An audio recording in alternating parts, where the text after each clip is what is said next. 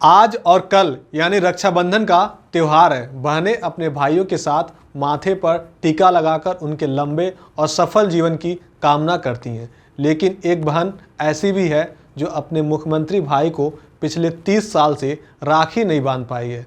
लेकिन भाई के सफल और लंबे जीवन की कामना करने में किसी बहन से पीछे नहीं है।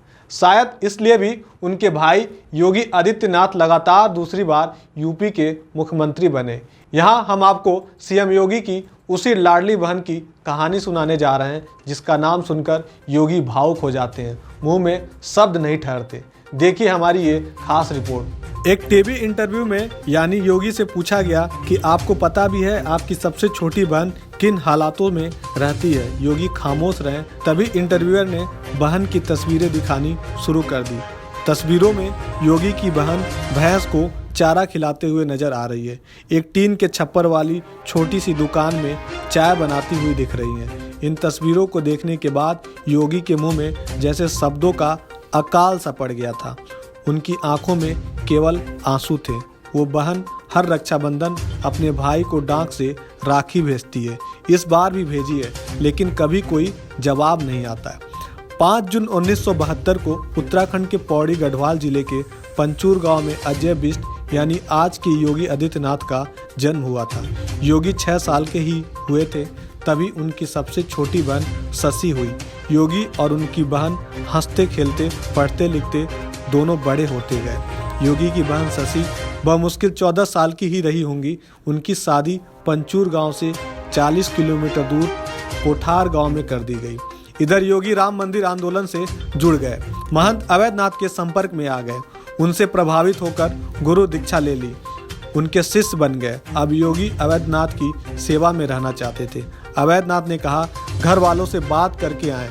योगी घर आए और कहा मैं गोरखपुर में रहूंगा, लोगों की सेवा करूंगा। पिता आनंद सिंह बिष्ट को बेटे की बात ठीक से समझ नहीं आई, लेकिन वो मान गए। माँ को लगा बेटा नौकरी करने जा रहा है। कुछ दिनों में क्लियर हुआ कि बेटा संत बन चुका है तो घर में मातम पसर गया।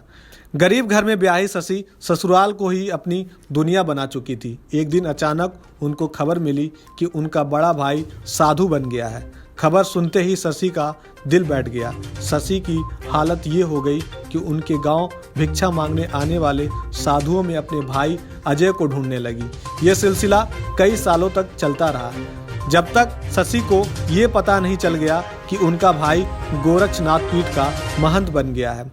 खेती और भैंस पालने से शशि का गुजारा नहीं हो पा रहा था। शशि ने पति पूरन सिंह पायल के साथ मिलकर गांव के चर्चित माता पार्वती के मंदिर के पास ही फूल और प्रसाद की दुकान खोल ली। शशि के घर से करीब 2.5 किलोमीटर दूर नीलकंठ महादेव और माता पार्वती का मंदिर है। यहाँ बहुत से यात्री दर्शन करने आते हैं। मंदिर के पास करीब 70 दुकानें हैं। उनमें से एक झोपड़ी वाली दुकान शशि की भी है। शशि और उनके पति हर रोज 2.5 किलोमीटर पैदल चलकर दुकान पर आते हैं। इस दुकान में वे फूल, माला, प्रसाद, चाय और शिकंजी बेचते हैं। कभी कभी यात्री खाने की डिमांड भी कर देते हैं तो शशि थोड़ा एक्स्ट्रा आमदनी के लिए उन्हें खाना बनाकर भी खिलाती हैं। शशि के 3 बच्चे भी हैं, 2 बेटे और 1 बेटी। एक साधारण सी जिंदगी जीने वाली शशि ने अपनी दुकान के बाहर कैमरा और माइक से लैस खड़े लोगों को देखा। अपने पति से पूछा ये सब कौन है। पति पूरन सिंह ने बताया योगी यूपी के सीएम बन गए हैं, ये सभी मीडिया वाले हैं, उनकी बहन को ढूंढते हुए यहाँ पहुँचे हैं, तुमसे बात करना चाहते हैं, तुम्हें बधाई देना चाहते हैं। साल 2022 जब योगी दोबारा यूपी के सीएम बने, शशि खुशी से झूम उठी। भाई की जीत की खुशी में उन्होंने गांव में लड्डू पेड़े बंटवाए। इस बार योगी के साथ उनकी बहन ने भी खूब सुर्खियां बटोरी। उनकी दुकान के बाहर दोबारा मीडिया का तांता लगना शुरू हो गया। मीडिया ने शशि से पूछा आप इतनी गरीबी में गुजर बसर कर रही हैं, अपने सीएम भाई से क्या मदद चाहती हैं। शशि बोली मैं अपनी ज़िंदगी से खुश हूँ, मुझे कोई स्पेशल ट्रीटमेंट नहीं चाहिए। वो लोगों की सेवा करते रहें और एक दिन देश के प्रधानमंत्री बने, मैं बस यही चाहती हूँ। मीडिया ने फिर पूछा आप योगी से कब से नहीं मिली।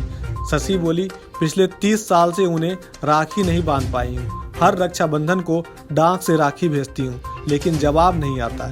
इस बार भी मैंने उनको राखी भेजी है। सन्यासी जीवन के चलते निजी रिश्तों से मुक्त हो गए हैं। 2017 में चुनाव प्रचार के लिए ऋषिकेश, यमकेश्वर और रायवाला आए थे। इसी दौरान अपने गांव पंचूर भी आए थे, तब उनसे मिली थी। शशि ने बातचीत के दौरान ये भी बताया कि वो 2019 में ऋषिकेश आए थे तो हम उनसे मिलने गए थे। 10 मिनट के लिए मिल पाए। उसके बाद इसी साल मई के महीने में माँ से मिलने आए थे, तब उनसे मिली थी।